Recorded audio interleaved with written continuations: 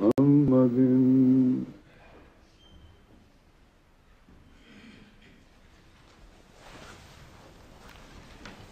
अस्सलाम वालेकुम। क्यों बासित नहीं है, क्या हाल है? आप कहाँ गायब रहते हैं? वो कब शाया होगी हमारी किताब ज़ुरिख का लेक्चर जो है?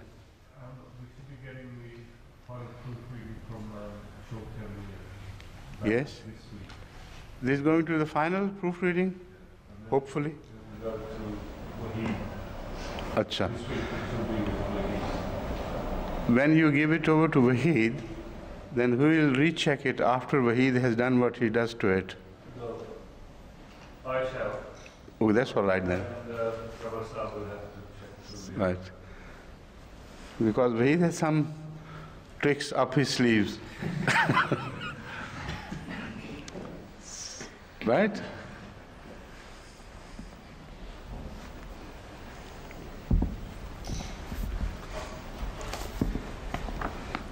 أعوذ بالله من الشيطان الرجيم بسم الله الرحمن الرحيم الذين قالوا إن الله عهد إلينا ألا نؤمن لرسول حتى يأتينا بقربان تأكله النار قل قد جاءكم رسل من قبلي بالبينات وبالذي قلتم فلم قتلتموهم إن كنتم صادقين فإن كذبوك فقد كذب رسل من قبلك جاءوا بالبينات والزبر والكتاب المنير.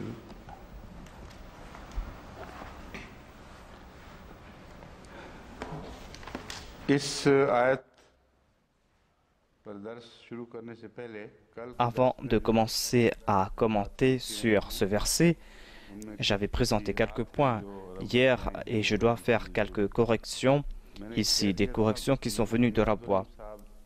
J'avais parlé à propos de Mir Abdurrahim Saheb, qui était le fils de Hadrat Nawab Mohammad Ali Khan.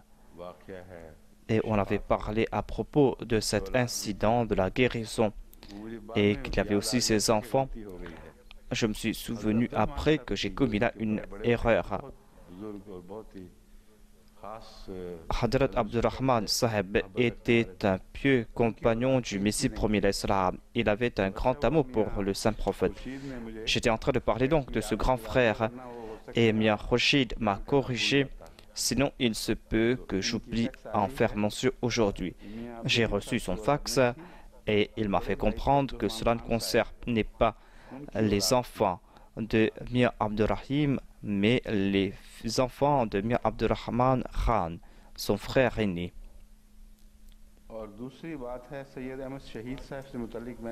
Et le deuxième point concerne Sayyid Ahmad Shahid Saheb.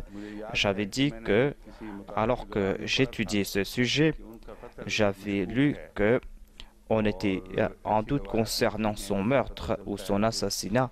On trouve certains récits qui nous font croire que Sayyid Ahmad Shahid porte le titre de Shahid, mais il n'a pas été tué. Hafiz Muzaffar Ahmad m'a envoyé une référence d'un ouvrage qui est très connu, un ouvrage composé par M. Ghulam Rasoul qui a écrit à propos de Sayyid Ahmad Shahid. C'est un ouvrage intéressant et cela soutient le point que j'avais évoqué.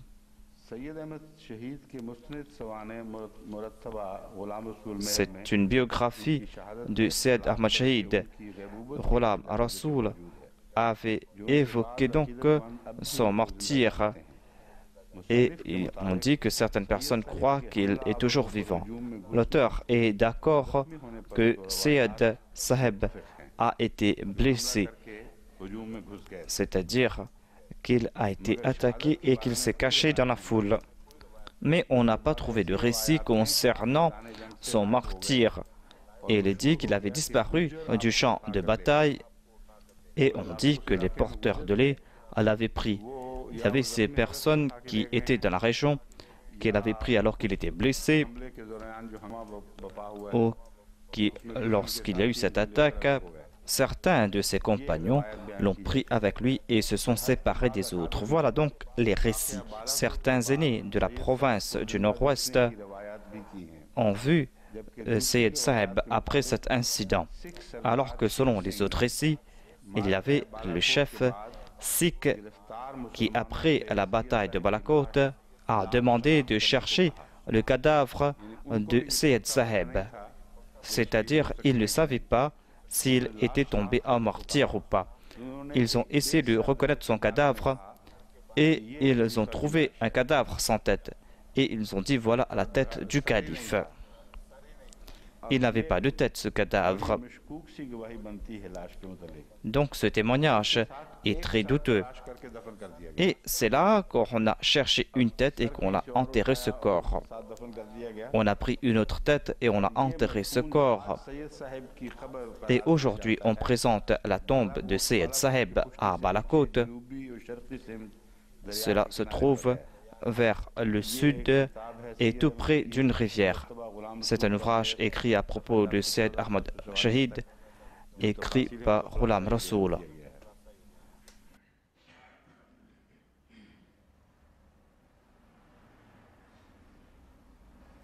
Il y avait une erreur concernant M. Ibn Arabi. C'est une erreur que j'ai commise à plusieurs reprises. Comme je l'ai dit, j'ai une personne en tête et je prononce le nom de quelqu'un d'autre. On parlait à propos de Ibn Arabi et moi je me suis souvenu des 5 versets de Sayyid Shah Waliullah. Puisque mon esprit était en pleine ébullition, je n'ai pas pu réfléchir sur certains points. Et je prononce les noms que j'ai sur la langue.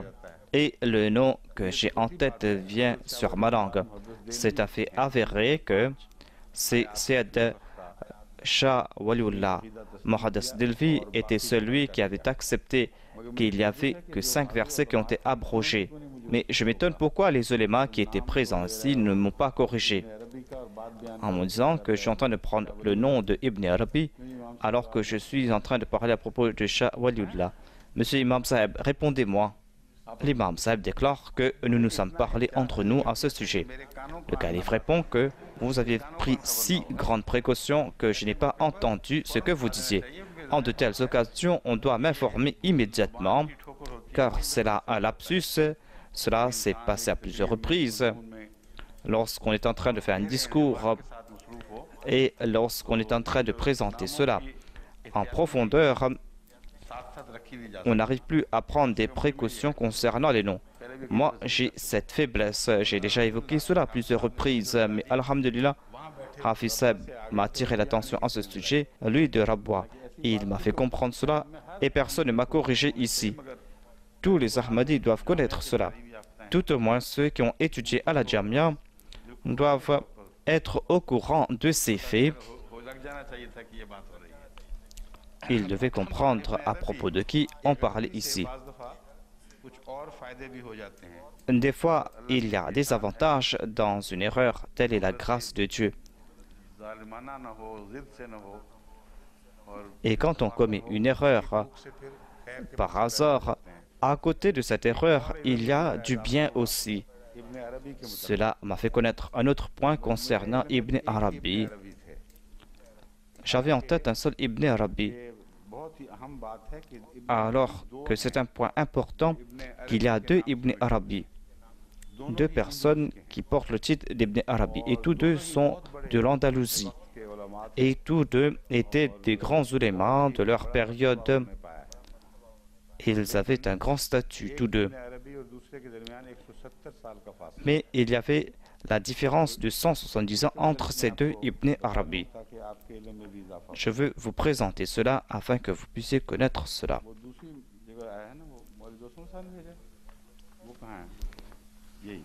Où est cette autre référence?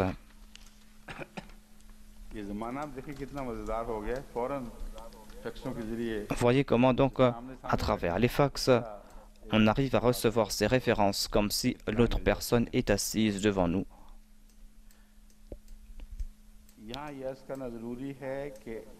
Il est important de mentionner ici qu'il y a l'auteur de cet ouvrage, Al-Itqan fi Ulum al-Qur'an, et l'auteur de cet ouvrage est un certain Ibn Arabi.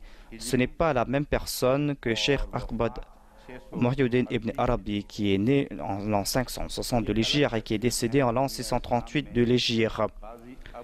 L'auteur de cet ouvrage s'appelle Ghazi Abu Bakr Ibn Arabi. Et cette personne est née 170 ans avant la mort de Cheikh Akbar Muhyiddin Ibn Arabi. Ce Cheikh Akbar qu'on appelle Muhyiddin Ibn Arabi est né 170 ans après.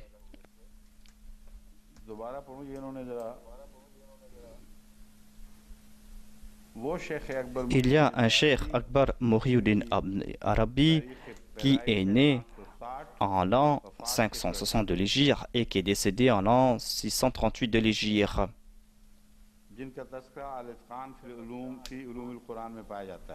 On trouve mention de cette personne dans l'ouvrage Al-Itqan fi Ulum al-Qur'an.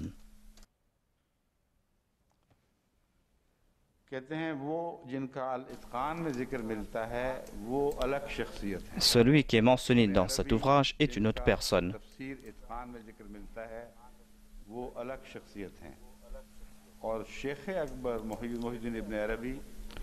Et Cheikh Akbar Muhyiddin Ibn Arabi est une autre personne.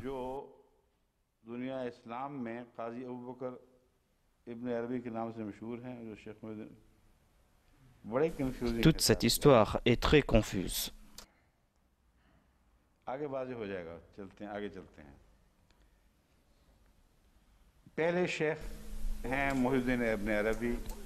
Le premier cheikh est Muhyiddin Ibn Arabi et il y a un deuxième cheikh. Entre les deux, il y a la différence de 170 ans.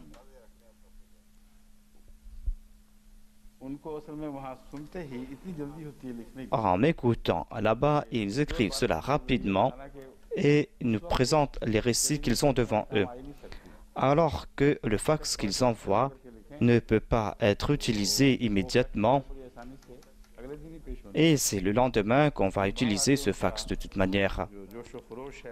En tout cas, ils désirent nous présenter ces points rapidement et on doit en faire l'éloge. Cheikh Akbar Ibn Arabi est décédé à Damas et Ghazi Abu Bakr est décédé en Andalousie.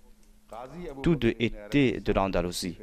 Ghazi Abu Bakr écrivait beaucoup de poèmes. Le premier est ce Ghazi. Les deux sont nés en Andalousie.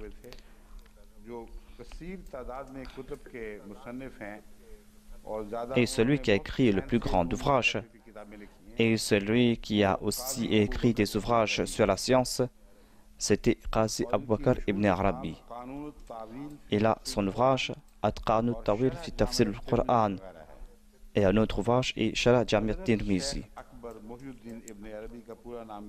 Hazrat Cheikh Akbar Muhyiddin Ibn Arabi et Muhammad bin Ali bin Muhammad bin Ahmad bin Abdullah al-Tai al-Khatimi al-Ma'rouf bi Ibn Arabi Muhyiddin Cheikh Akbar.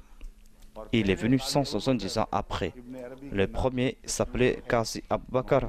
Son nom est Muhammad bin Abdullah bin Muhammad bin Abdullah al-Murashiri al-Andalusi al-Ishbili al-Maliki al-Ma'rouf Ibn Arabi.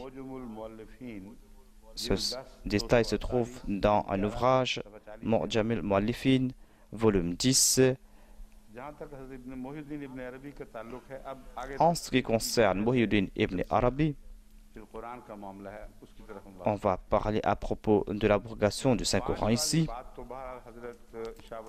J'ai parlé à propos de ces 5 versets qui ont été abrogés. Et c'est Shah Waliullah qui a évoqué cela. C'était lui qui avait résolu toutes ces difficultés par la grâce de Dieu.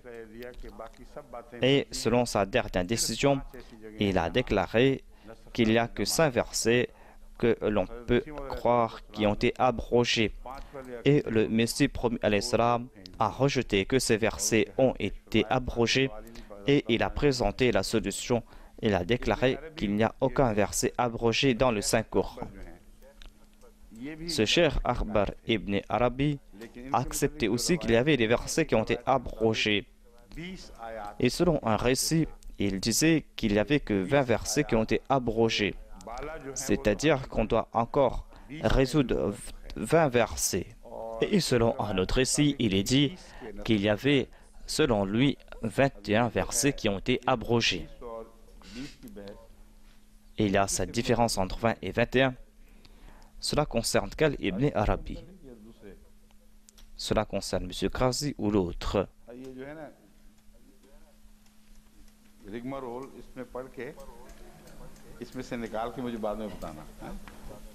Je dois sortir donc de cette ornière et parler à ce propos après. M. Hafiz Muzaffar en a fait mention, je crois. Et elle a présenté cet Ibn Arabi. Il ne m'a pas fait connaître quel est cet Ibn Arabi. Maulvi Mohamed Dost a présenté un ouvrage à ce sujet et nous a présenté deux Ibn Arabi. Mais en tout cas, il est dit que Suyuti avait dit qu'il y avait 21 versets qui ont été abrogés, comme le dit Ibn Arabi. Shah Waliullah Muhaddas Delvi écrit cela. Il a évoqué ces deux points. Il déclare que Suyuti était d'accord avec Ibn Arabi et a déclaré que ces 21 versets ont été abrogés. Et il déclare qu'il n'y a pas d'autres versets qui ont été abrogés. Mais selon moi, il n'y a que 5 versets qui ont été abrogés.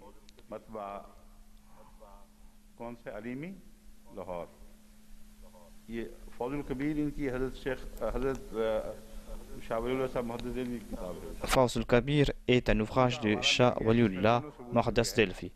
Donc on a trouvé ces deux arguments, mais on ne trouve pas qui est cet Ibn Arabi.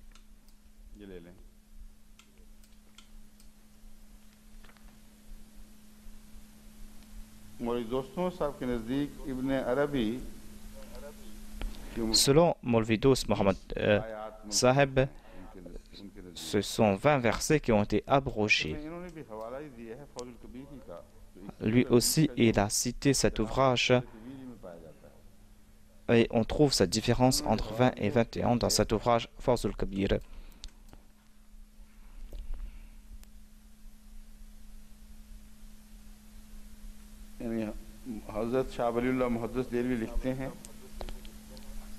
Shah Waliullah écrit que, selon certains écrivains, que Ibn Arabi avait dit qu'il n'y avait que 20 versets qui ont été abrogés. Ailleurs, il est écrit 21. Donc il y a une différence entre 20 et 21.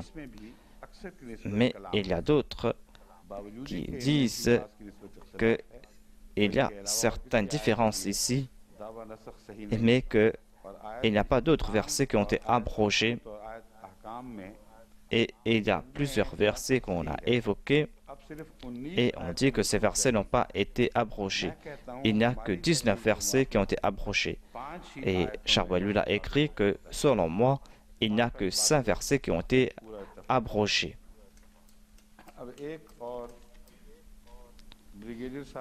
J'ai reçu un autre fax de monsieur le brigadier concernant un mot que je n'arrivais pas à prononcer.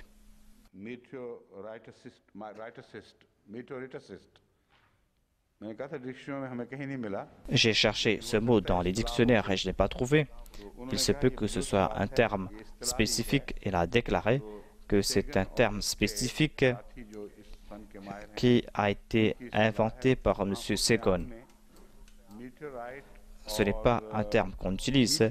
Généralement, on ne fait pas de grande différence entre un météorite et un météore. Ce sont deux événements spécifiques. Ceux qui connaissent ces faits font la différence entre ces deux termes. Il m'a envoyé des détails à ce sujet. Les météores concernent ces corps qui tournent dans l'espace. Ils sont en grand nombre. Ce sont des corps de différentes grandeurs. Il y a aussi des très gros. On appelle tout cela des météorites. Lorsqu'un de ces météorites entre dans l'atmosphère, on qualifie cela de météorite. Lorsqu'il entre dans l'atmosphère, et les experts comme M. Carl Sagan ne sont pas des experts des météorites, mais des météores. Cela veut dire qu'il étudie tous ces météores qui tournent dans l'espace. Il étudie leur comportement et comment ils tournent dans l'espace et quelles sont les forces qui agissent sur eux. Cela concerne les météores et non pas les météorites. Les météorites sont des petits corps. Et météoritics, c'est la science des météores. Ce n'est pas ici de la météorologie. La météorologie concerne l'étude de l'atmosphère et du climat. Voilà ce que signifie la météorologie. Il ne faut pas faire la confusion entre les deux. La météorologie et l'étude des météorites sont deux faits différents.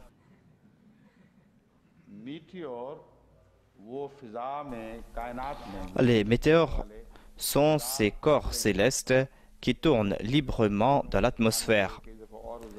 Et des fois, ils sont créés lorsqu'il y a des collisions. Ils sont en grand nombre et tournent dans l'univers. Voilà ce qu'on qualifie de météores. Les météorites sont ces corps qui essayent de pénétrer dans l'atmosphère et qui sont consumés par le feu. Il y a des feux qui les poursuivent et qui les détruisent. Voilà ce qu'on qualifie de météorites. Et ceux qui étudient ces faits ici ne sont pas ceux qui étudient les météorites, mais les météores. Et leur science, c'est la météoritique. Ils ont tiré cela du dictionnaire Chambers et m'ont envoyé cela. En tout cas, la météorologie concerne le climat. और ये जो मीटियोरिटिक्स है उसी से वो फितना लफ्ज़ निकला है मीटियोरिटिसिस्ट और कहते हैं ये इस्तिलाह है उनकी जो कार्ल सेगन वगैरह को उनके जो ग्रुप है उनको पसंद है. C'est un terme qui a été inventé par M. Carl Sagan et ils utilisent cela pour leurs études. एक और भी फैक्स आई हुई है वो तो सिर्फ एक ईमान में इजाफे के लिए Cela ne concerne qu'un point de foi et on m'a envoyé la photocopie du télégramme qu'on avait envoyé de Kasserly. Cela a été écrit au nom de Maulvi Sher Ali. C'était lui qui maîtrisait la langue anglaise, c'était lui qui avait écrit ce télégramme et qui avait reçu cette réponse. Et il a reçu la réponse. Sher Ali et Qadian écrit avec K. Sorry, nothing can be done for Abdul Karim. On ne peut rien faire pour Abdul Karim. Voilà donc le télégramme.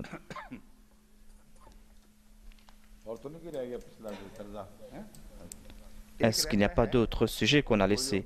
Il y a ce point qui concerne M. Bashir Dar. Il avait dit que cela ne concerne pas Ramsès II, mais un autre. Méneptah, je crois. Méneptah est venu avant. Le premier pharaon était Séti. Le père, c'était Séti. Séti était le père de Ramsès II. J'ai vérifié cela.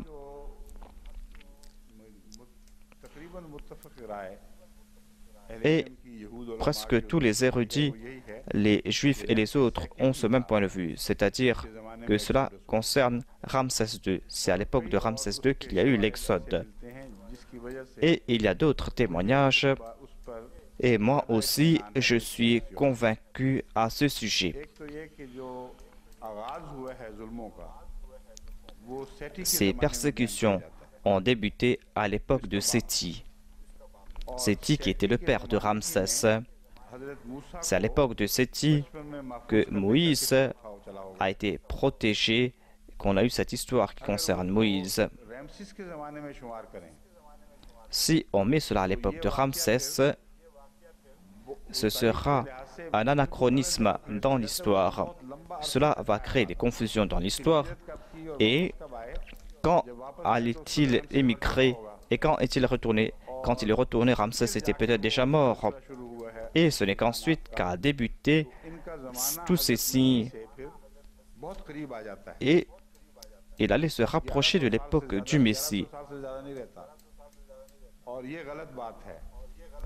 Et c'est quelque chose de tout à fait faux. Car il y a cette différence de 1300 ans et on parle à ce sujet, c'est-à-dire qu'il y a des similarités avec le Messie. Et il se peut qu'il y ait cette similarité dans la période. Et c'est après 1300 ans, c'est-à-dire 1300 ans après Moïse, est né le Messie. J'avais donc cette pensée en tête et cela m'a poussé à étudier cela. Et ainsi donc, j'ai étudié les ouvrages historiques, j'ai fait sortir ces détails et certains disent que cela s'est passé en 1500 ans avant Jésus-Christ, ce qui est complètement faux concernant d'autres histoires. Il y a Malik Saab qui a présenté un fait ici, mais cela ne s'applique pas ailleurs. J'ai déjà présenté l'argument du Saint-Coran et j'ai compris 2 points ici. C'est pour cette raison que je suis convaincu à ce sujet et je pense que c'était Ramsès. Tout d'abord, c'est à l'époque de son père qu'avait débuté cette persécution contre les Juifs. Il y avait la manière dont on avait protégé Moïse et qu'on l'avait placé dans l'eau. Cela nous fait comprendre qu'il y avait un décret du roi et que les gens avaient peur de ce décret. Ensuite, le Saint-Coran nous informe à propos de ce pharaon qui était en conflit avec Moïse. Le Saint-Coran évoque un point important et dit qu'il avait fait construire beaucoup de bâtiments. Il a déclaré « Haman, construis ce bâtiment pour moi ». Et c'est Ramsès II qui était le roi des constructions. C'était lui qui avait fait construire les bâtiments les plus importants. Et ces bâtiments que l'on trouve aujourd'hui sont de l'époque de Ramsès II. Voilà ce que nous indique le Saint-Coran. La persécution avait débuté à l'époque du père de Ramsès II. Et ensuite, il y a eu ces incidents au cours de l'époque de Ramsès II. Il y a une difficulté qui se présente à nous. Le règne du roi était très court. Et dire que Moïse avait grandi et qu'il était jeune et qu'il avait pu se battre et tuer quelqu'un, cela apparaît très improbable. C'est pour cette raison qu'on doit voir si cela s'est fait à l'époque de Séti ou si cela avait débuté plus avant. Et est-ce que le règne de Séti était court ou pas? On doit faire des recherches à ce sujet. C'est pour cette raison que j'ai dit que jusqu'à présent, on va devoir faire des recherches. On doit demander aux autres de faire des recherches.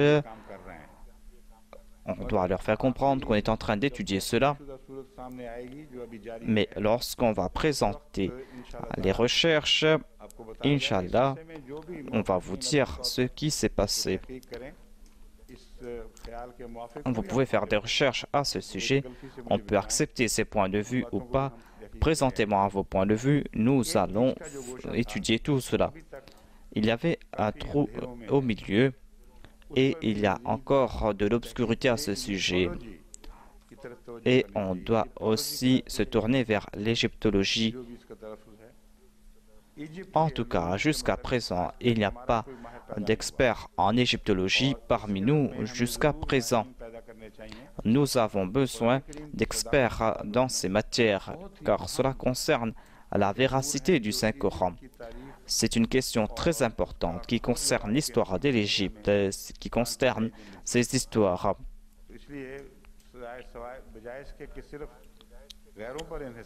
Au lieu de dépendre sur les autres, nous devons faire des recherches nous-mêmes. Et on n'a pas besoin d'un ou de deux. Il y a 3 projets à propos duquel on doit faire des recherches et les Ahmadis doivent venir de l'avant et faire des recherches à ce sujet. Il y a un projet qui concerne les histoires anciennes qui sont évoquées dans le Saint-Coran. Il y a un auteur italien qui a parlé à ce sujet et qui a déclaré qu'il y a des preuves qui soutiennent les déclarations du Saint-Coran. Ils disent qu'il y avait des peuples qui n'existent pas, c'est-à-dire les non-musulmans avaient rejeté l'existence de ces peuples. Maintenant, après des fouilles, on a commencé à découvrir ces peuples. Il y a les peuples d'Ard et d'Iram.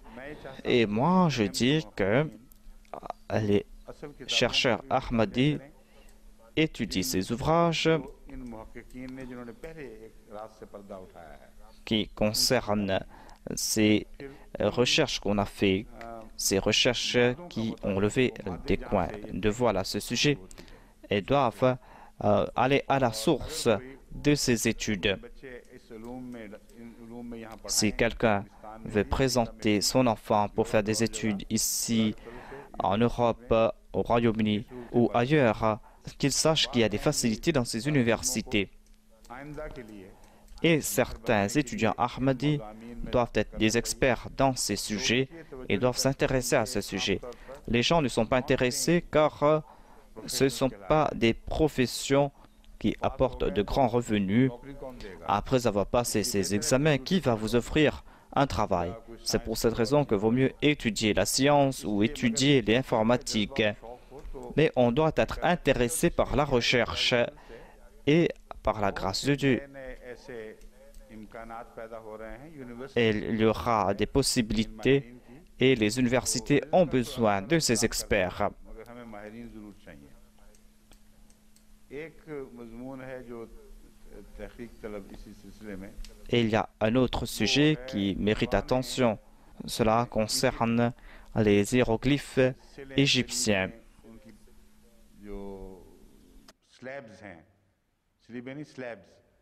On doit étudier ces écrits égyptiens.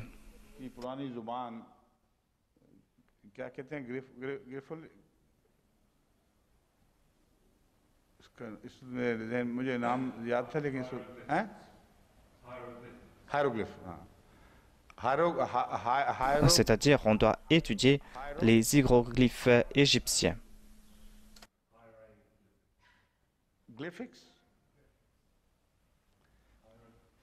Something like that, I agree, but not exactly as I hear it.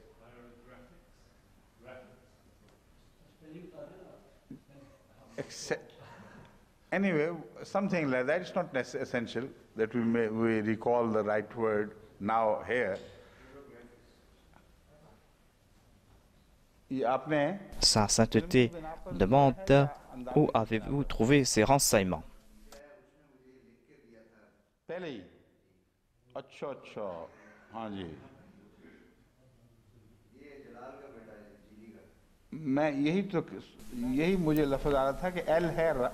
Voilà le terme que j'avais en tête.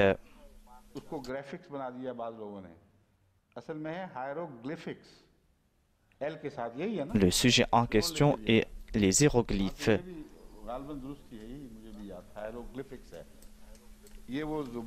Les hiéroglyphes, c'est l'écriture des Égyptiens et ils ont déchiffré ce code.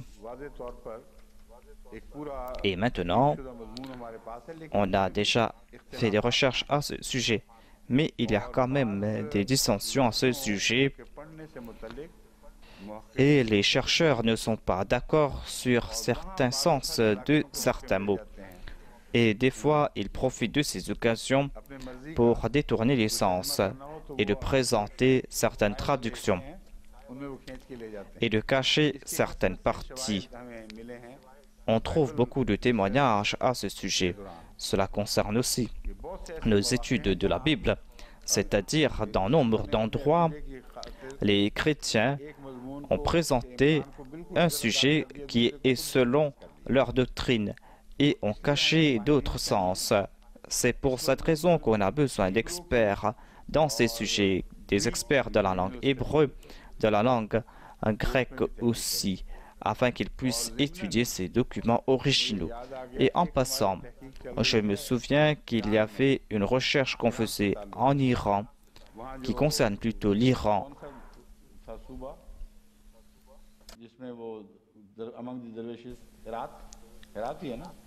C'était dans la région de Hérat, je crois.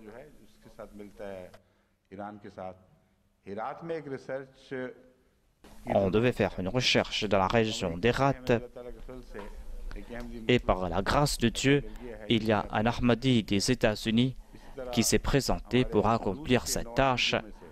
Il y a aussi des nouveaux Ahmadis de la Russie. Il y a quelqu'un qui s'est présenté et qui a déclaré que je veux participer dans ces recherches. Inch'Allah, nous allons tout organiser. On doit aussi faire des recherches concernant la Turquie. J'ai évoqué cela hier. Cela concerne Yahya ou Jean. C'est-à-dire, où est-il, où a-t-il disparu? Et on a évoqué ces deux Yahya. Qui étaient ces deux Yahya? Et quel est l'état de cette île? Cette île qui s'appelle Patmos, cette île est-elle habitée ou pas? Je pense qu'il y a M. Rachid qui est en train de nous écouter en Turquie, qu'il commence à faire des recherches à ce sujet. Et on ne sait pas quelle est la distance avec Éphésus. On ne sait pas si cela fait partie de la Turquie. La géographie change avec l'histoire. On doit donc faire des recherches préliminaires à ce sujet. Ensuite, s'il est possible pour lui, c'est-à-dire qu'il se trouve en Turquie, où il peut partir à l'extérieur, qu'il m'écrit à ce sujet, c'est-à-dire qu'ils sont prêts à partir et à faire ses recherches. Il peut partir à Patmos s'il le désire, car il se peut que là-bas, il tombe sur des grottes et ne pourra pas faire des fouilles lui-même. En tout cas, il y a peut-être une possibilité là-bas, c'est-à-dire qu'on peut faire des recherches ici, c'est-à-dire qu'on peut faire un certain investissement ici. Il y avait des anciennes pratiques là-bas. Il se peut que ce Yahya qui était présent là-bas ait pu écrire quelque chose et que l'on trouve certains écrits dans ces grottes, qu'on trouve quelque chose d'écrit sur des plaques de pierre. On doit faire des études à ce sujet et les experts peuvent aller de l'avant et faire plus de recherches à ce sujet. Est-ce qu'il y a quelque chose que j'ai oublié? Je parlais donc à propos des miracles du Saint-Coran.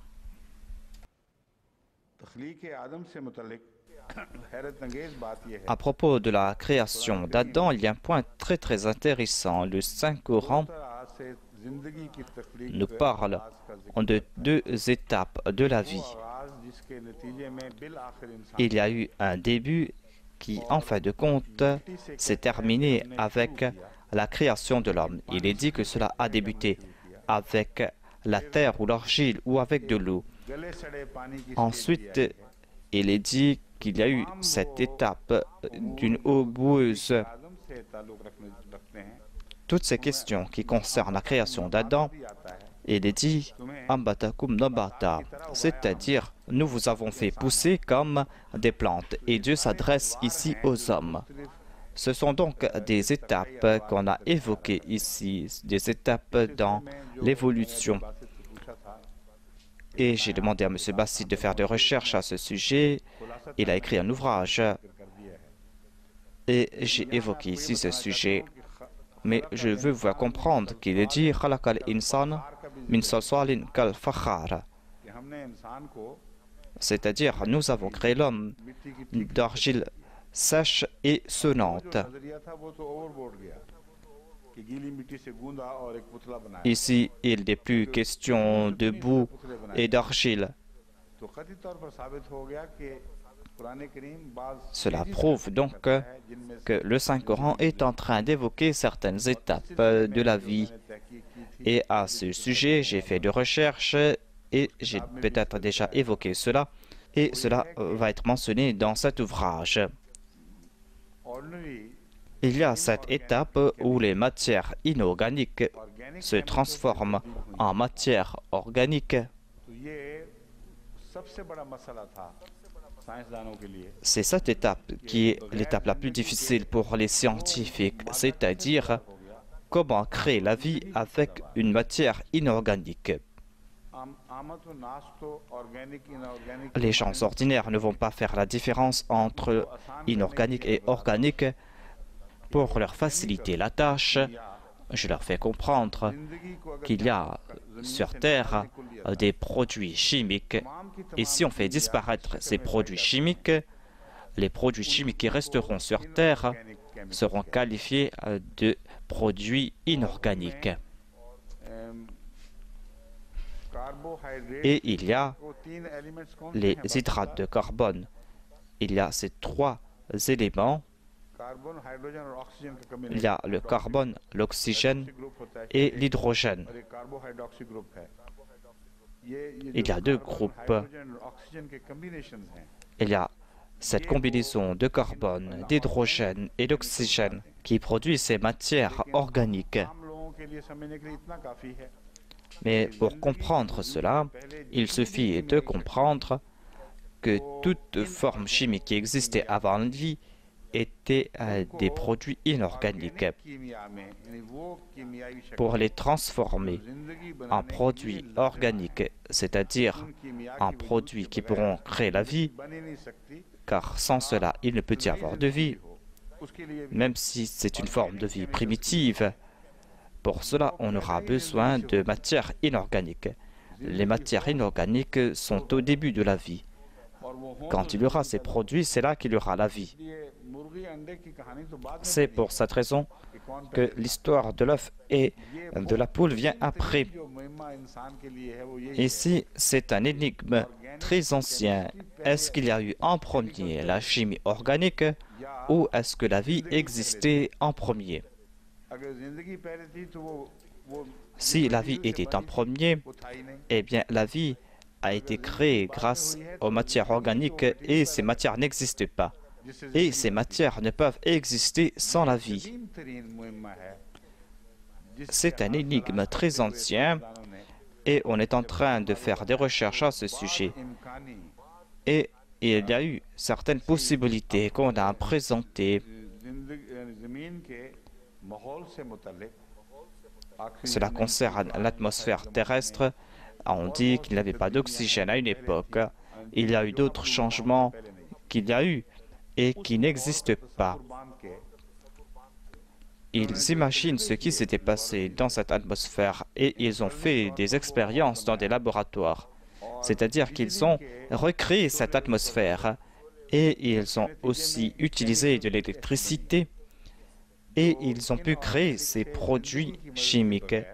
Des produits chimiques qui sont importants pour recréer la vie, pour pouvoir créer des matières organiques qui sont à la base de la vie.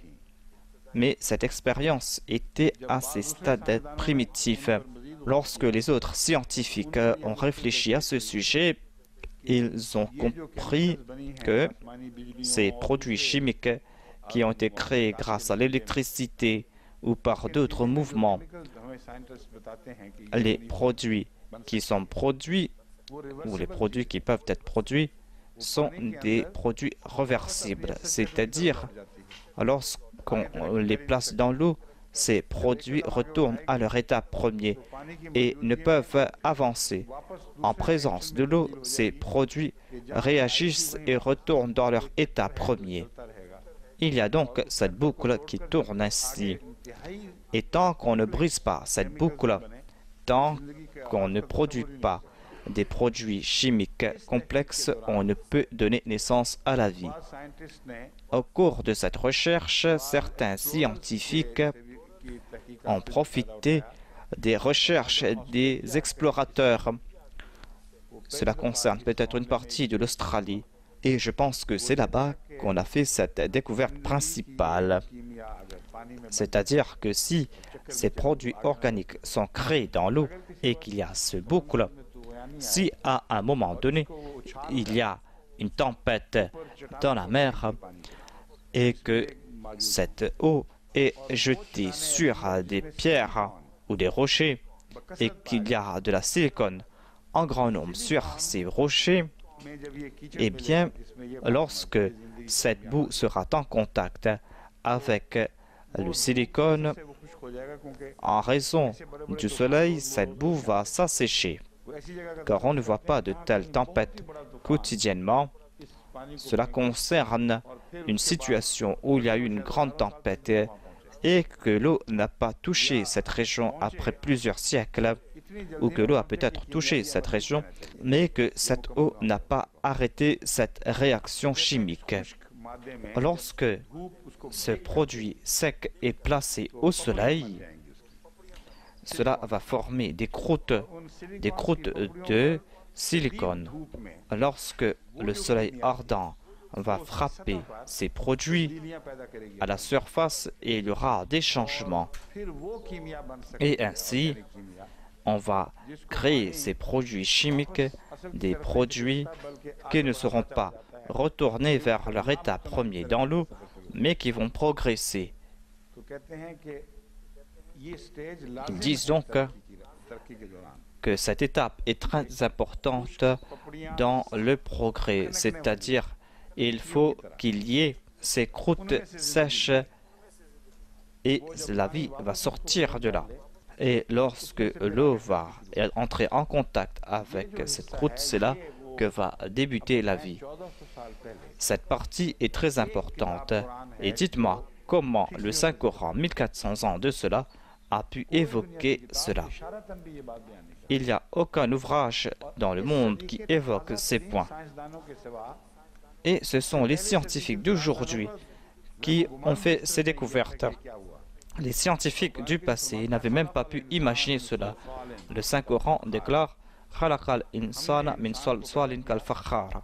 Nous avons créé l'homme de cette argile sèche et qui est sonnante. » Voilà donc toutes ces étapes qui sont importantes. Le Saint-Coran évoque ces étapes et dit que la vie est passée par là. Ensuite, il est dit Nous avons créé les djinns avec des étincelles de feu. Le Saint-Coran a évoqué ce sujet en disant min qablihi, c'est-à-dire avant de créer l'homme.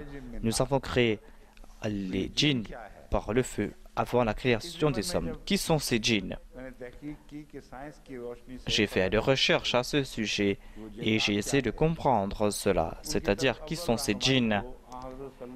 Et j'ai trouvé la première direction dans cette parole du Saint-Prophète, c'est-à-dire qu'on ne doit pas utiliser les eaux pour se nettoyer, car c'est la nourriture des djinns, et que cela va vous nuire. Cela ne veut pas dire que si vous utilisez cela, les djinns vont venir vous visiter la nuit. Le sujet de ce hadith nous fait comprendre que si vous utilisez ces eaux, les djinns pourront vous affecter ou nuire. Ce hadith en lui-même est un miracle, car à l'époque, il n'y avait pas de concept concernant les bactéries. Ce sont des formes de vie qu'on ne peut voir à l'œil nu. Et le fait que les eaux se décomposent nous fait comprendre qu'il y a des bactéries qui sont en train d'agir sur ces eaux. Il a été prouvé indéniablement que le saint prophète a parlé de ces djinns, et ces djinns sont des créatures qui transforment les eaux en leur nourriture et qui décomposent ces eaux. Ces bactéries pourront vous nuire si ces bactéries pénètrent dans certaines parties du corps. Ce sont des virus qui peuvent être très dangereux. C'est pour cette raison que j'ai pensé à appliquer cela aux djinns. C'est-à-dire, le terme djinn s'applique à des bactéries et des virus selon un certain sens. On peut faire des recherches à ce sujet et cela a été prouvé. Lorsqu'on a fait des recherches sur les bactéries, c'est-à-dire quelles étaient les premières bactéries, on est tombé sur deux types de bactéries. Il y a ces bactéries qui n'ont pas de nucléus et la cellule tout entière se divisait sans nucléus. Et il y avait d'autres bactéries qui avaient des nucléus. Et il y a un autre type de bactérie qui est créé par le feu. Et les scientifiques lui ont donné le nom de pyrobactérie, c'est-à-dire une bactérie qui tire sa force du feu.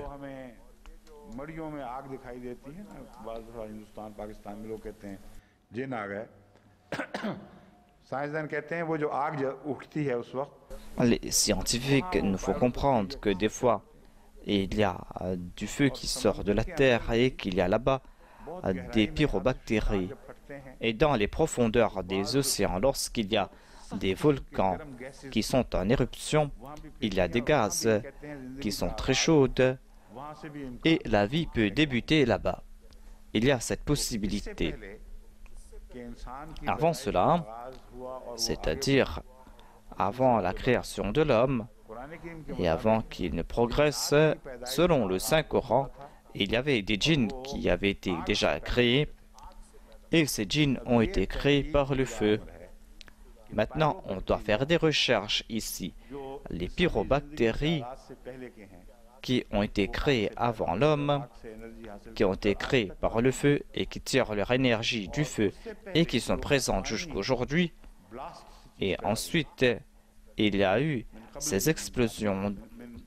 Il est dit « min qablihi »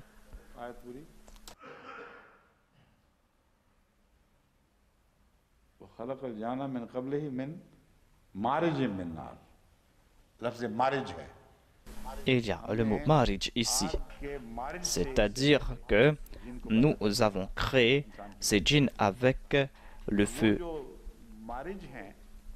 Le terme marij peut signifier que au début, il y avait ces virus ou ces bactéries qui ont été créées, des virus et des bactéries qui ont agi sur l'eau et que cela a été évoqué ici dans le Saint-Coran. Cette eau nauséabonde a pu agir chimiquement et cela a pu faire progresser la création de l'homme d'une étape. Voilà donc une possibilité et les scientifiques ahmadis doivent faire plus de recherches à ce sujet. J'ai donc évoqué cela dans l'ouvrage que je viens de présenter. C'était en fait un discours que j'avais fait à Zurich. Voilà donc ce qu'on appelle un miracle. Un miracle, c'est un fait scientifique et qui est en train d'abasourdir le monde. Personne ne peut présenter un exemple pareil.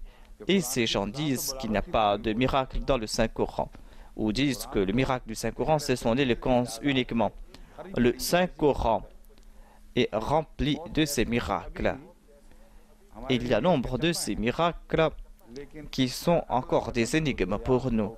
Mais à chaque pas, lorsqu'on fait les progrès, ces progrès sont des témoins en faveur du Saint-Coran. C'est un point très important. Ensuite, il est dit Maraj al-Bahrain yaltaqiyan baynahuma barzakhul la yabghiyan فَبِأَيِّ آلَاءِ رَبِّكُمَا تُكَذِّبَانِ. Je vais vous présenter la traduction qu'on présente dans nos commentaires. Il est dit Maraj al-Bahrayni, c'est-à-dire il fait couler deux cours d'eau. Maraja signifie exactement le sens de merger en français.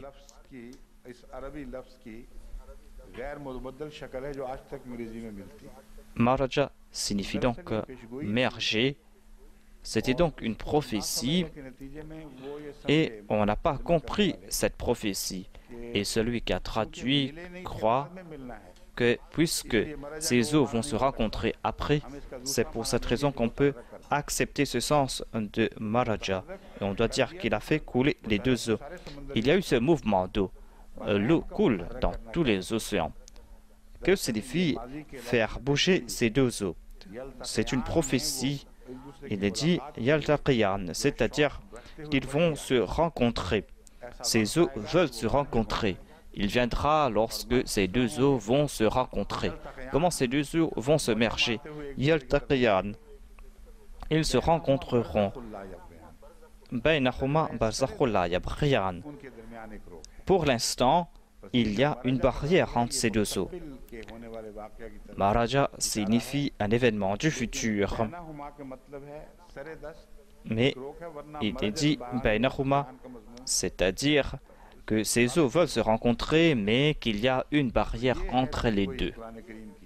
Voilà donc la prophétie faite par le Saint-Coran. C'est-à-dire que ces deux mers vont se rencontrer. Quand est-ce que cela s'est fait? En premier lieu, cela s'est fait lorsqu'il y a eu la construction du canal de Suez. C'est un ingénieur français qui a commencé la construction de ce canal. C'est lui qui a eu cette idée. Il était responsable de cette construction entre 1859 et 1869. Et la situation a changé avec la construction en raison des changements politiques. En 1875, une compagnie anglaise a pris les droits sur ce canal. Et ensuite, en 1898, on a pris un engagement international concernant ce canal, c'est-à-dire que tous les peuples vont profiter de ce canal. Mais il y avait cette question des revenus concernant les droits. Cela a commencé à l'époque du Messie promis à l'Islam. Et puisque cela concerne cette période, c'est pour cette raison que cette prophétie s'est réalisée avec gloire. Et on a fait ces mêmes découvertes à Panama. À Panama aussi, on a fait rencontrer ces deux mers. Les travaux ont commencé en 1881. Et ce qui est étonnant, c'est que ce sont des ingénieurs français qui ont commencé cela. Ils ont lancé ces travaux et en 1899, ils ont abandonné ce plan.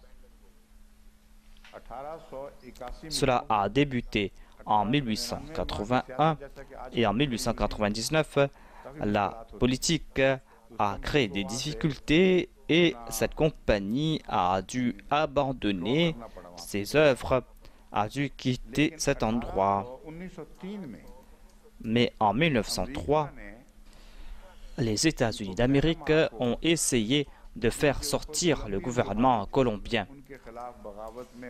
et ils ont aidé les Panaméens pour se rebeller et ainsi les Panaméens ont pu se débarrasser du joug de la Colombie et les Américains ont eu les droits sur le canal de Panama grâce à cela.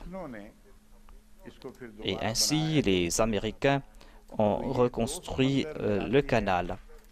Donc, on a fait rencontrer ces deux mers, l'océan Atlantique et Pacifique. Et le Panama se trouve dans le sud du Nicaragua et du Costa Rica. Il y a le Nicaragua, ensuite il y a la Costa Rica, ensuite le Panama. के भी निचले हिस्से में वो यूं करके टेढ़ा सा जजीरा Et है। dans le sud du वहाँ Panama, वो il y a ce canal.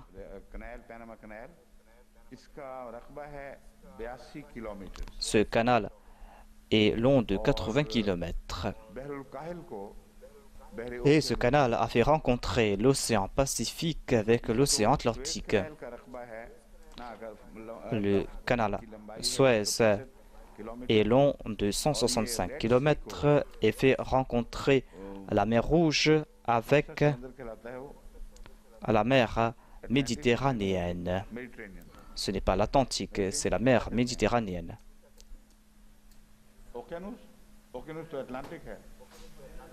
Océanus, c'est l'Atlantique.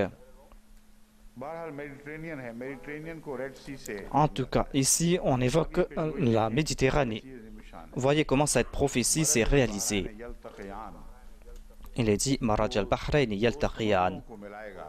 Il a fait rencontrer ces deux mers, ou il fera rencontrer ces deux mers qui veulent se rencontrer par des flots.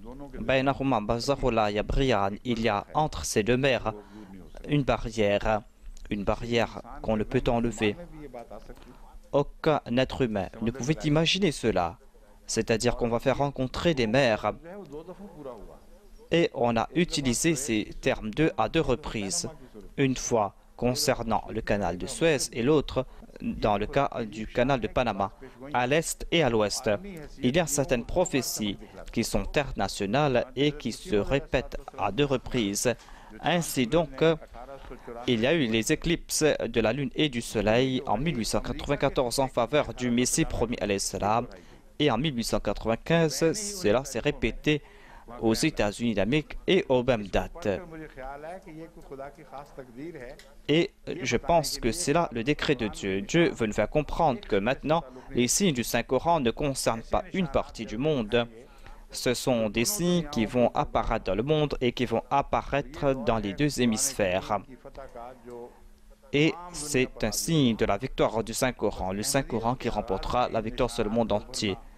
Ces signes sont en train de s'apparaître en faveur des Ahmadis et de l'Ahmadiyya.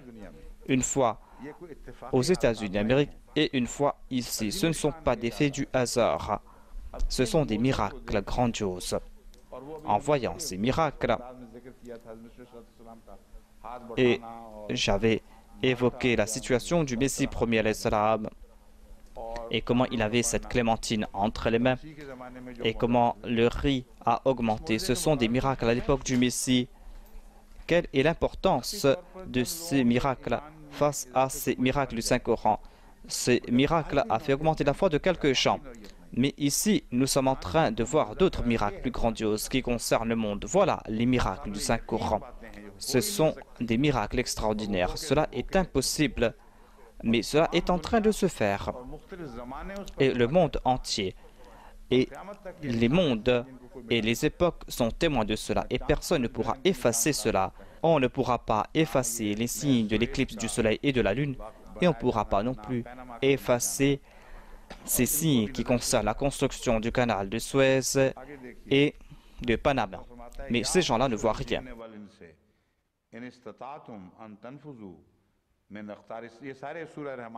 Ces miracles, je les ai tirés de la sourate Ar-Rahman.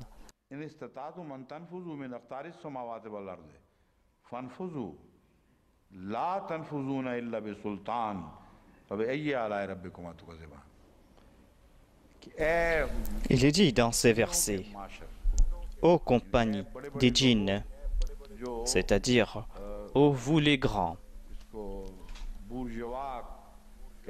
ô vous les bourgeois, ô vous les forces impérialistes, ô vous les forces capitalistes. On s'adresse à ces gens qui sont éminents parmi eux. Et on s'adresse aussi aux hommes ordinaires, à la masse ordinaire. Il est dit, les grands parmi vous, si vous êtes capables de dépasser les confins des cieux et de la terre. Ici, on parle des confins des cieux et de la terre. C'est un concept qu'on ne pouvait imaginer à l'époque. और किसी और इलाही किताब में मज़कूर नहीं। On ne trouve pas mention de cela dans aucun autre livre religieux. Record आज तक। Une personne ne peut pas sauter plus de quelques mètres. Même si les gens pouvaient sauter plus à l'époque, ils auraient pu sauter quoi? 2-3 mètres. सारे समावात वल अर्द Mais ici, on trouve mention de Aqtari Samawati wal Ard. On ne parle pas des cieux ici. Cela concerne les confins des cieux et de la terre. On est en train de parler à des gens mean के दायरे से qui vivent à une époque où on peut sortir des confins des cieux et de la terre. कि हम À l'époque, ils auraient pu imaginer cela. Ils auraient pu penser que nous allons sauter et nous allons conquérir les cieux. Ce sont des paroles miraculeuses. Ce sont des paroles éloquentes. Ces paroles nous présentent un éclat et une gloire. Il n'est pas dit de sortir uniquement des confins de la terre.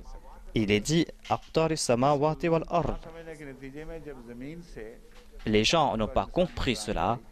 Et lorsque l'homme est parti sur la Lune, के ज़माने में किया करता dans certaines réunions que j'avais, on m'a posé des questions à ce sujet, à savoir que le Saint-Coran a déclaré que vous ne pouvez pas sortir. Et l'homme est sorti.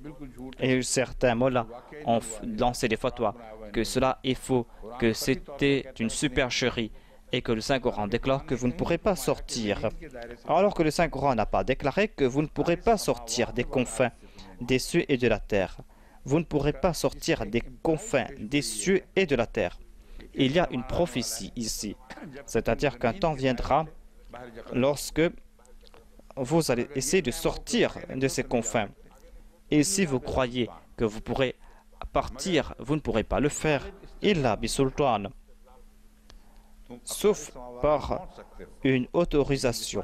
Vous allez pouvoir atteindre les confins, mais pas physiquement. पर नजर पड़ी है इंसान की Et lorsqu'on regarde ces confins des cieux, eh bien, les distances sont si énormes कहें या 20 बिलियन कहें 15 qu'on peut parler de 15 milliards. बात नहीं हो रही On ne parle pas ici de 15 milliards de kilomètres, mais de 15 milliards d'années-lumière. 100 करोड़ 1 बिलियन बनता है 100 लाख का 1 करोड़ 100 करोड़ का 1 बिलियन और 1500 करोड़ साल का फासला Il y a cette distance de 15 milliards, tout au moins, entre nous अर्थ के दरमियान et les confins des cieux et de la terre. फासला मुराद ये है कि 15 Cette distance signifie que मील नहीं la lumière a voyagé यानी अगर एक इंसान pendant toutes ces années. C'est-à-dire que si l'homme voyage sur un rayon de lumière, il va voyager à la vitesse de la lumière et il va atteindre ce confin après 15 milliards d'années, là où il pense que c'est le confin des cieux et de la terre. Et c'est là qu'il va comprendre que ce confin s'est étendu. Wa inna ala mu'sirun. Ce verset du Saint-Coran va s'appliquer ici, c'est-à-dire que nous vous avons accordé la possibilité et nous allons vous accorder davantage de possibilités.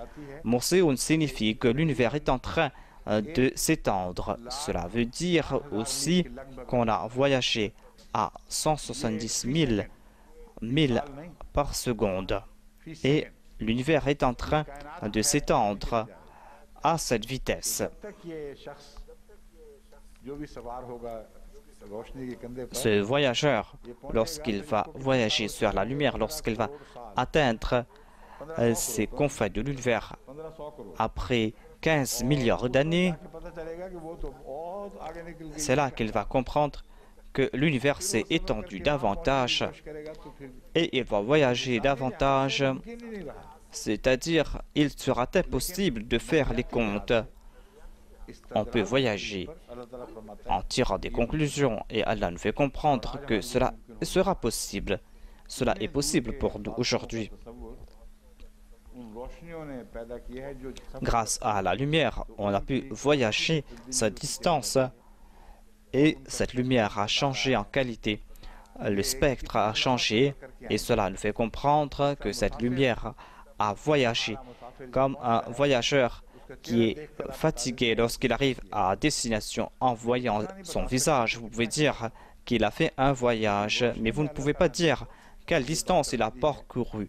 Mais Dieu a évoqué cela en disant que les scientifiques pourront faire le voyage de cette lumière et pourront étudier le spectre de cette lumière, c'est-à-dire quelle est la distance qu'a parcourue cette lumière.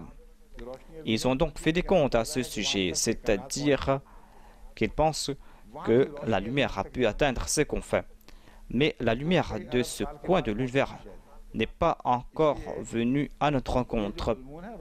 Cela va se faire bien longtemps après. Donc on est en train de parler du voyage de la lumière. Il est impossible pour que l'homme puisse imaginer cela avec l'esprit que Dieu lui a accordé. Il est impossible pour lui d'imaginer ses distances et ses comptes. Et le Saint-Coran fait ses prophéties.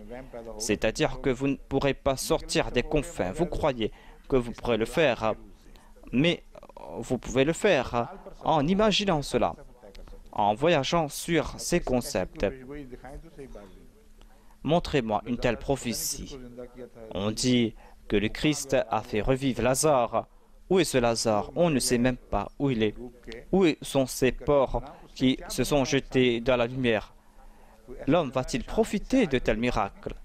Ce sont des signes qui sont vivants qu'on peut voir aujourd'hui. Mais le Coran est en train de parler aujourd'hui. Le Saint-Coran est en train de nous présenter ces miracles qui nous parlent, qui concernent l'univers, qui concernent chaque particule de l'univers, et personne ne pourra effacer ces signes. वलहुल जवार पहली जो आयत थी उसका आखिरी हिस्सा मैं पढ़ना भूल गया था, यानी उसके बाद जो आयतें आती हैं उनमें फिर एक पेशगोई है। वलहुल जवारिल मुनशात फिल बहर कल आलाम, कि इन दोनों समंदरों Il est dit que lorsque ces deux mers vont se rencontrer, la situation sera telle que vous allez reconnaître cela. Il y aura de hauts navires comme des montagnes qui sont en train de voyager. Et cela est en train d'indiquer ce moment. À l'époque du saint prophète Mohammed Mustafa sallallahu alayhi wa sallam, on ne pouvait même pas imaginer de tels navires. Cela ne pouvait même pas se faire. C'est-à-dire qu'il y ait des montagnes qui sont en train de voguer. A'lam signifie les drapeaux hauts et cela signifie aussi des montagnes. Si on met ces deux sens ensemble, cela voudrait dire que lorsque nous allons faire rencontrer ces mers, il y aura des navires qui vont porter des drapeaux et qui seront comme des montagnes, qui vont porter les drapeaux des États-Unis, de la France ou d'autres pays et qui vont voguer sur ces mers. Voilà le moment où il y aura cet incident. Ainsi donc, Dieu est en train de nous montrer quand aura lieu ceci.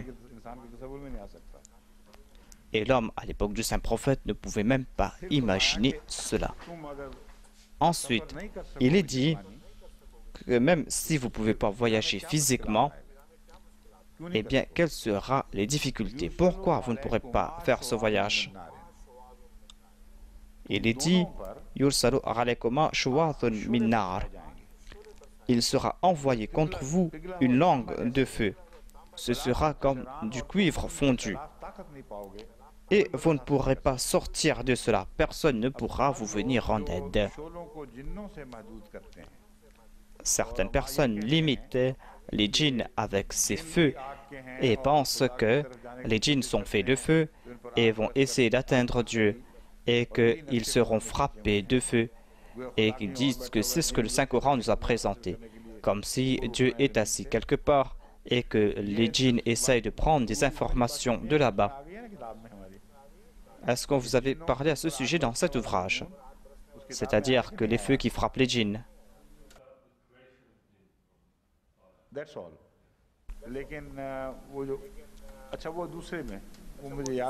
Non, je crois que c'est dans un autre ouvrage où, lorsque à Rabwa, au cours de la Jalsa, au tout début, j'avais parlé à propos de la justice, à propos des faveurs et de Ita Izul Qurba.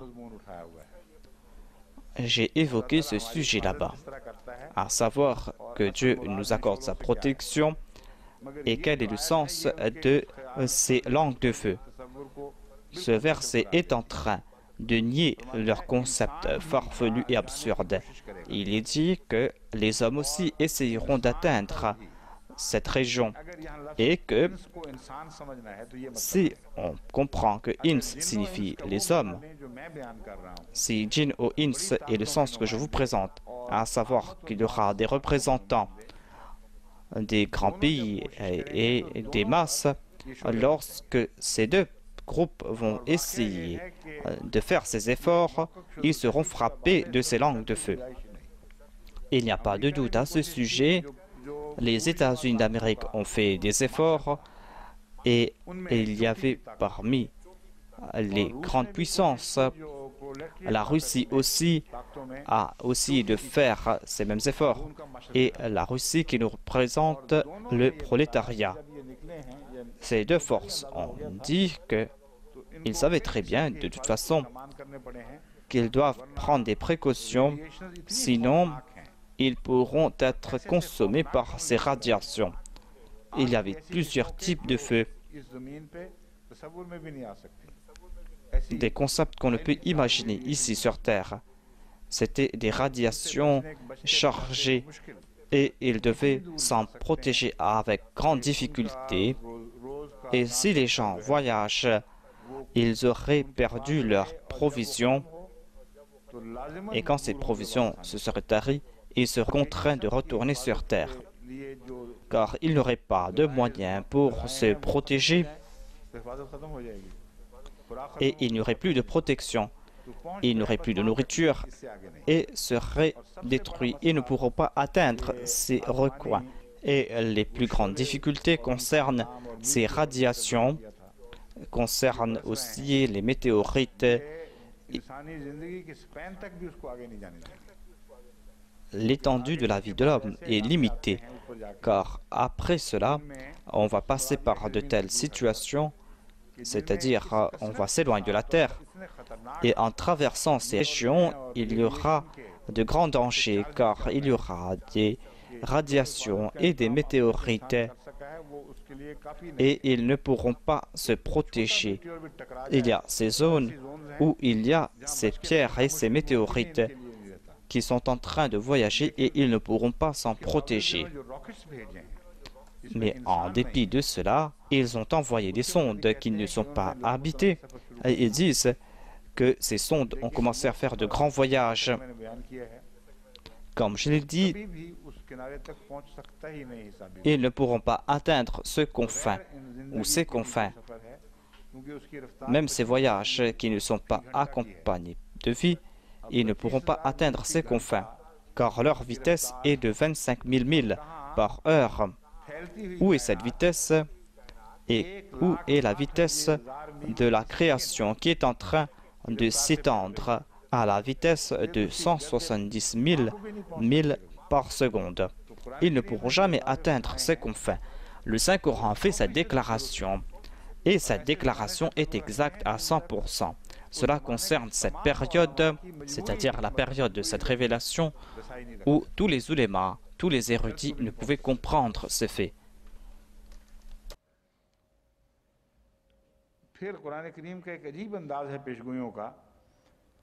Ensuite, le Saint-Coran fait d'autres prophéties. Le Saint-Coran évoque ces montures et nous parle à propos des inventions, à propos de ces moyens de transport, et aucun autre ouvrage n'évoque cela. Montrez-moi si vous pouvez montrer d'autres ouvrages similaires. C'est-à-dire, on est en train d'évoquer des montures ou des moyens de transport, et le Saint-Coran déclare qu'il y aura d'autres moyens de transport. Et cela concerne ces trois surfaces, c'est-à-dire les moyens de transport terrestres, mécaniques.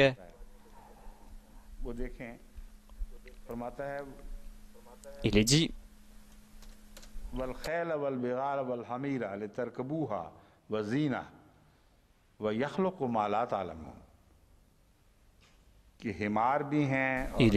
il y a des chameaux, il y a aussi des chevaux, il y a aussi des mulets, il y a des chevaux, il y a aussi des mulets, il y a aussi des ânes. Vous voyagez dessus et c'est une forme de beauté pour vous aussi. Mais cela ne s'arrête pas là. Allah va créer d'autres moyens de transport que vous ne pouvez même pas imaginer. Montrez-moi une prophétie similaire faite ailleurs. On trouvera mention uniquement des montures et cela va s'arrêter là. Ensuite, on a évoqué les bateaux.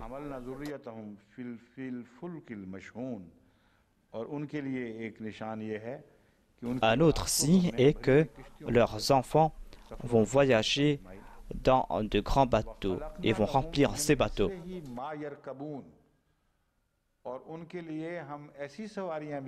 Et nous allons créer pour eux d'autres moyens de transport qui seront similaires, mais qui ne seront pas exactement pareils. Et ils vont voyager dessus à l'avenir.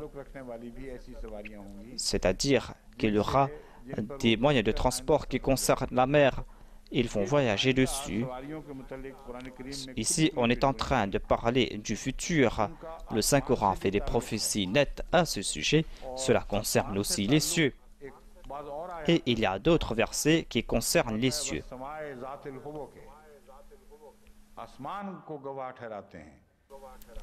On cite à témoin le ciel dans lequel il y aura des voies. On utilise les voies pour voyager.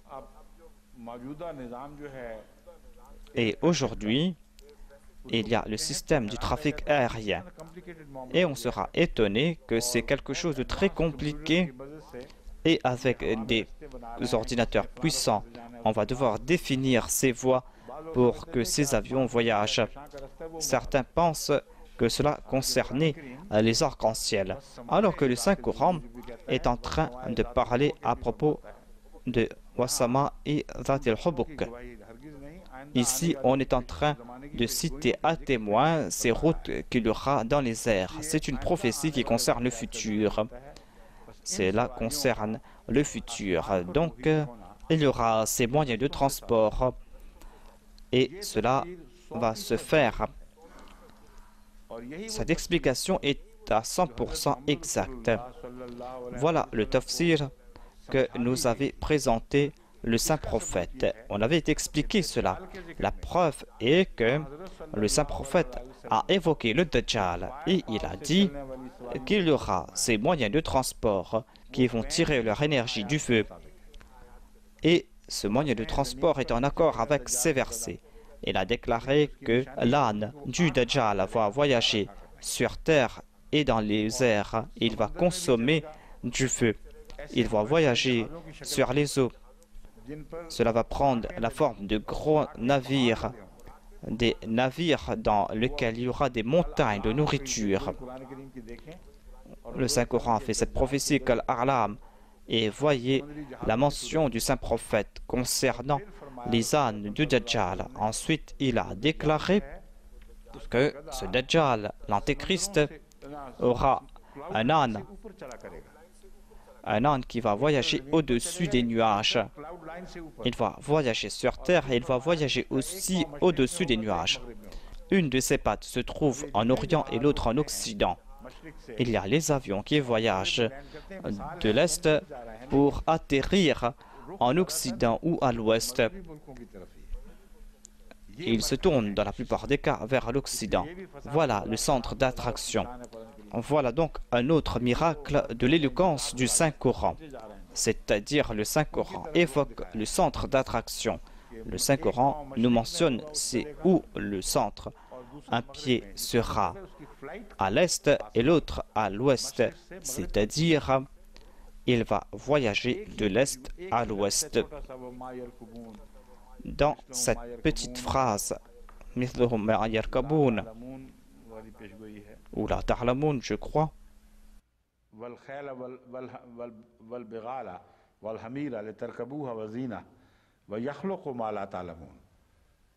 ऐसी सवारियां बनाएगा खुदा ताला जो Il y aura des moyens de transport que vous ne pouvez pas imaginer, dont vous n'avez aucune connaissance. Et il avait déjà informé le saint prophète afin que les hommes du futur ne disent pas que cela concerne les créations et vous êtes en train de tirer ces prophéties et l'appliquer avec les moyens de transport de l'avenir. Et si une personne pouvait émettre ces critiques, eh bien, le hadith qui concerne le Dajjal va lui clouer le bec. Ce verset nous fait comprendre que cela ne concerne pas les animaux. Vous connaissez déjà les animaux et on ne peut pas inventer d'autres animaux. Il y a les ânes, il y a les mulets. Il n'y a pas d'indication ici qu'il y aura d'autres types de créations. On est en train de parler à propos de ces moyens de transport, des choses que ne pouvait imaginer l'homme de l'époque. Il n'avait aucune connaissance à ce sujet. Et il y a aussi ce hadith du saint prophète qui concerne cette monture qui consomme le feu. Et cela nous fait comprendre que ce miracle suffit pour clouer la bec de tous les ennemis de l'islam. C'est un fait extraordinaire. Et cela est en train de se faire. J'ai fait des expériences à ce sujet lorsque j'ai des sessions de questions et de réponses. Les gens soulèvent ces questions. On a posé cette question en Australie, par exemple, à propos de l'Antéchrist. Lorsque j'ai présenté ce hadith, je leur ai dit que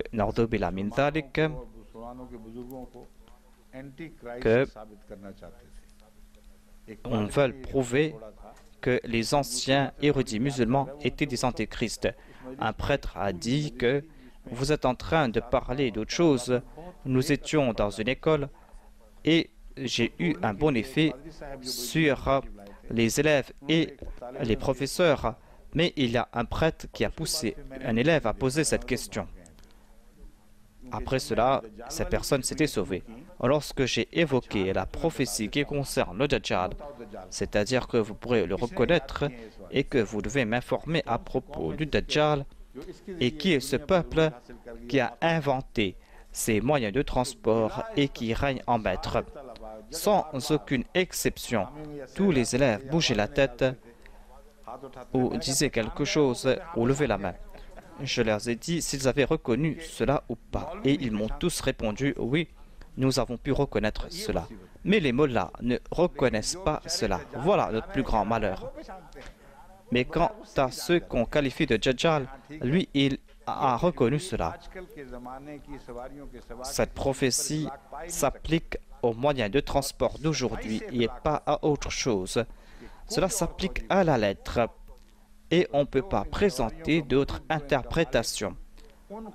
Les maîtres de ces moyens de transport sont ces peuples parmi lesquels il y a ces prêtres qui sont en train de présenter de faux concepts concernant le Christ. Ce sont eux qui sont les antéchrists et non pas les scientifiques occidentaux. Antéchrist ne signifie pas les scientifiques occidentaux. Cela concerne ces prêtres chrétiens dont un œil est aveugle et l'autre vivace. Il est dit ici qu'il y aura un œil qui sera aveugle. Cela concerne deux couches de ce peuple. Parmi eux, il y aura des antéchrists. Ils sont aveugles spirituellement. Ils sont aveugles de l'œil droit. Et les scientifiques, qui sont les servirs qui vont inventer ces moyens de transport, auront l'œil gauche. Et en réalité, nous constatons qu'il y a eu des changements. En tout cas, tous les scientifiques se disaient être des laïcs. Et ils sont contraints de dire qu'ils sont laïcs car ils n'ont pas l'œil pour voir. Ils ont brûlé cet œil.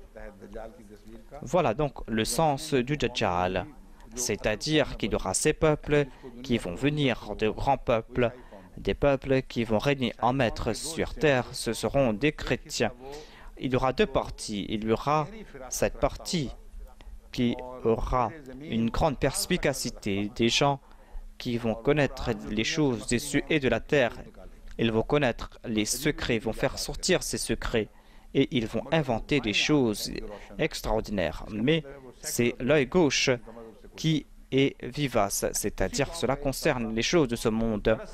Et il y a aussi d'autres personnes dans ce peuple. Ce sont des antéchrists, ce sont les prêtres. Ces prêtres qui ont présenté un faux concept concernant le Christ et qui ont nui grandement au christianisme. Ils sont des antéchrists, c'est-à-dire apparemment ils sont en train de soutenir le Christ, mais ils sont en train de présenter des concepts farfelus et sont en train de s'attaquer à la personne du Christ. Après cela, je vais terminer mon dars. Il y a le docteur Patterson. Je pense que c'est un monsieur Smith. Je leur ai dit de m'envoyer la référence et de me présenter ces noms dans des lettres latines afin que je puisse présenter la bonne prononciation. Sinon, on transcrit cela dans la langue ourdou et il s'écarte du nom et il est difficile de chercher ces noms. Moi et M. Basit, nous avons fait des recherches sur le bouddhisme. Et il y avait des noms qui étaient écrits en ourdou et on a commencé à faire face à de grandes difficultés. Cela nous a pris plusieurs mois pour résoudre ces problèmes. M. Basit a fait beaucoup d'efforts. Il est clair que jusqu'à présent, on n'a pas encore résolu ce problème. Quelqu'un avait écrit un livre et on a transcrit ces noms en ourdou. S'ils écrivaient cela en anglais, cela n'aurait pas nui à personne. En tout cas, j'ai demandé à Mme Safi de nous aider. C'est une membre très active. Elle nous a aidés et elle a fait des recherches et a cherché des noms qui étaient similaires. Et elle a été soutenue par notre section informatique et nous avons pu résoudre ce problème. Je demande à nos chercheurs ahmadis que lorsqu'ils font des recherches, lorsqu'ils vont citer quelqu'un, ils vont citer un nom d'un ouvrage, lorsqu'ils traduisent cela, lorsqu'ils tombent sur les noms propres, ils doivent présenter ces noms propres ou écrire ces noms propres en des lettres latines telles quelles. En tout cas, il y a ce monsieur Patterson. Son ouvrage est La révélation de la Bible à la page 6. Il déclare « Il y a nombre de choses qui concernent la Bible et qui m'ont renversé. Et ce sont des questions qui sont présentées par des personnes qui ne sont pas sans foi, des personnes qui ne sont pas des ennemis de la religion, qui ne sont pas en train de mépriser la religion.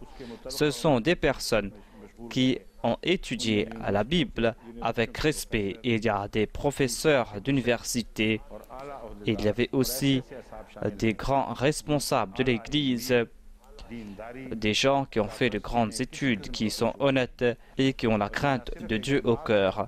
Il n'y a pas de doute à ce sujet.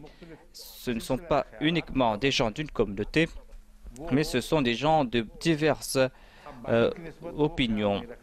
Ces gens n'ont pas les mêmes sentiments à l'égard de la Bible, des sentiments qu'ils avaient à l'époque de leur enfance.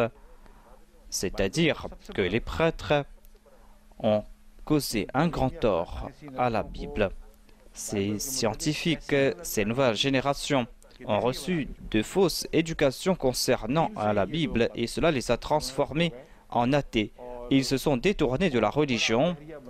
L'usine qui a créé ces athées, c'était en fait ces explications présentées par ces prêtres. C'est ce docteur Patterson qui est en train de soutenir ces points de vue.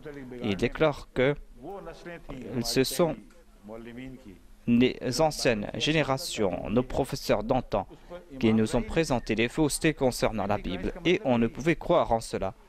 Voilà le sens de l'Antichrist, c'est-à-dire ils sont en train d'agir contre les enseignements de la Bible ou du Christ. Le Saint-Coran a évoqué ces montures et il y a ces prophéties à ce sujet. Il y a ici double miracle. Cela concerne ces gens qui auront un œil qui sera aveugle et l'autre qui sera brillant. l'œil aveugle va nuire à ses amis. सबसे बड़ा मजहब को नुकसान पहुंचाने वाला ये सिलसिला Et था। ils ont nui à la religion. Voilà ce qu'ils ont fait. Et ainsi, ils ont donné naissance à l'athéisme. जिसे हम Et cela a pris forme du prolétariat. बस ये बहुत बड़ा दजल है जिसने इस जमाने C'est को donc शदीद नुकसान किया। une très grande tromperie. और कुरान करीम में इनकी Cela a causé grand tort au monde. दुआएं मौजूद Et le Saint-Coran a fait des prophéties claires et nettes à ce sujet. Et le Saint-Prophète Mohammed Mustafa sallallahu alayhi wa sallam a reçu ces informations de Dieu. Et si quelqu'un a des doutes à ce sujet, eh bien Dieu a enlevé ces doutes. Allahumma salli ala Muhammadin wa ali Muhammadin wa barik wa sallim. Il me reste quelques points que je vais mentionner demain, Inch'Allah. के बाद अगली आयत, ठीक है। Yeah.